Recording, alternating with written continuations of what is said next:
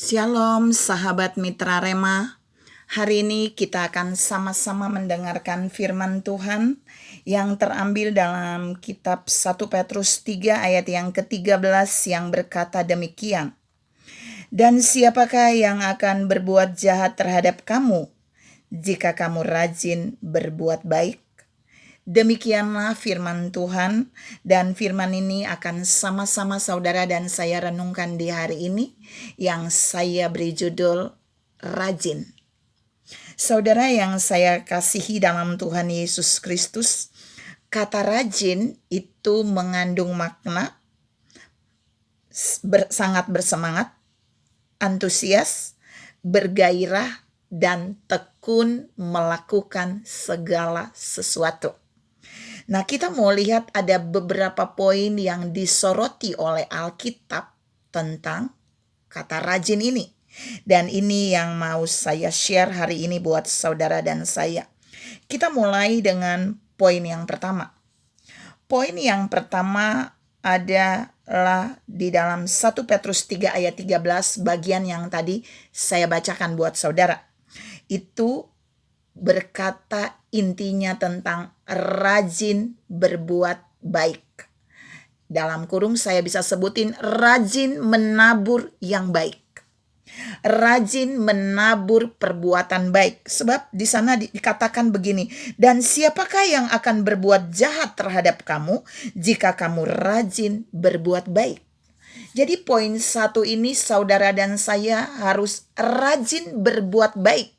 Karena jika kita rajin berbuat baik, itu sama dengan kita rajin menabur perbuatan baik. Dan otomatis saudara dan saya pasti akan menuai perbuatan baik.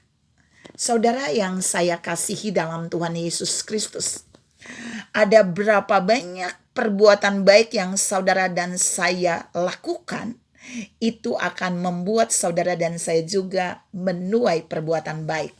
Nah, kalau kita rajin berbuat baik, kita rajin semangat tekun melakukan perbuatan baik, maka kita juga akan mendapat banyak perbuatan baik. Kita akan menuai perbuatan baik.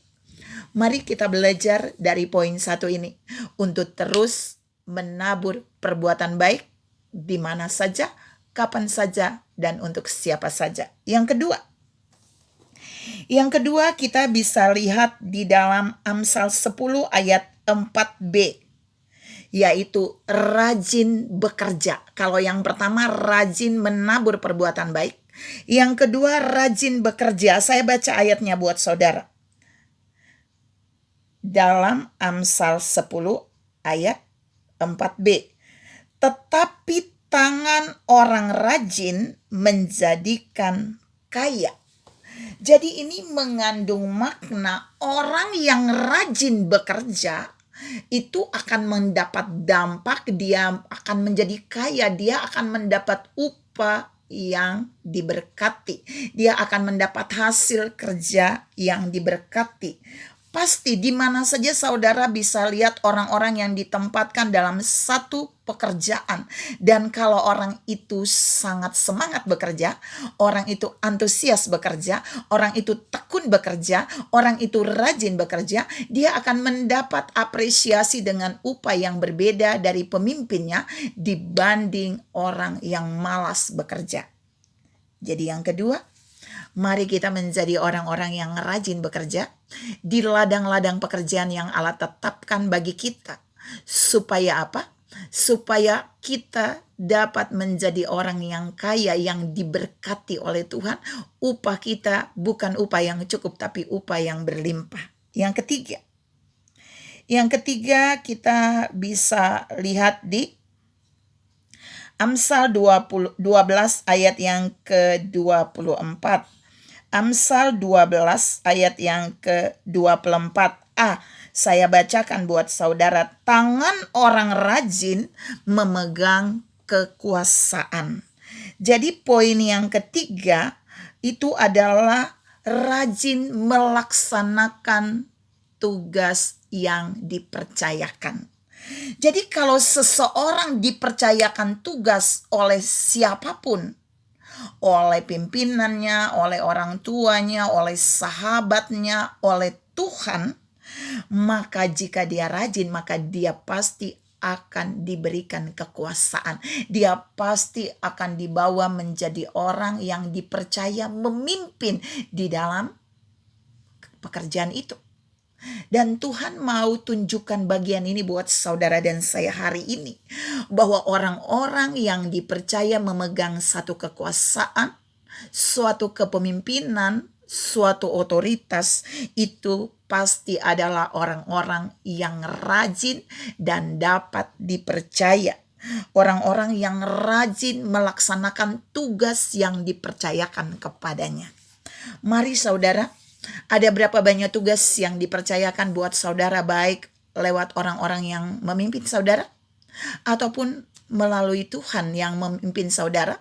Mari kerjakan itu dengan rajin, maka Dia akan memberikan kita kekuasaan dan kepercayaan untuk kita bisa menjadi seorang pemimpin yang luar biasa.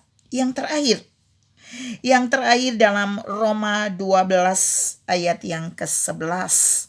Roma 12 ayat yang ke-11 itu saya bilang rajin melayani. Saya ulangi, rajin melayani. Di sana berkata bahwa janganlah hendaknya kerajinanmu kendor. Hendaklah rohmu menyala-nyala dan layanilah Tuhan. Jadi di dalam poin ini Tuhan mau bilang buat saudara dan saya bahwa mari kita menjadi orang-orang yang rajin dalam melayani. Rajin melayani Tuhan. Mengapa? Karena kalau saudara dan saya rajin melayani Tuhan, ada dampaknya. Kita bukan saja diberkati Allah berlimpah-limpah, tapi yang paling utama kita akan dihormati oleh Bapa. Yohanes 12 ayat 26b berkata bahwa barang siapa melayani aku, dia akan dihormati oleh Bapa. Berarti barang siapa yang rajin melayani Tuhan, dia juga banyak mendapat penghormatan atau apresiasi dari Bapa di surga. Saudara yang saya kasihi dalam Tuhan Yesus Kristus, ketika saudara dan saya dibawa Tuhan untuk melayani di ladang-ladang pelayanan, dalam bentuk apa saja, sebagai apa saja dalam pelayanan itu, mari kita rajin melayani. Mari kita rajin melakukannya untuk Tuhan, karena jika kita rajin melakukannya, kita akan mendapat upah berkat dari Tuhan. Bahkan bukan itu saja, kita akan mendapat apresiasi dari Bapa di surga. Saudara yang saya kasih dalam Tuhan Yesus Kristus, 4 poin ini mengajar saudara dan saya hari ini. Mari kita hidup rajin. Rajin menabur kebaikan, rajin bekerja, rajin menjalankan tugas yang dipercayakan bagi kita, dan rajin melayani Tuhan. Karena dampaknya dahsyat dan luar biasa. Tuhan memberkati saudara berlimpah. Salam menjadi orang-orang yang rajin dalam segala hal. Amin.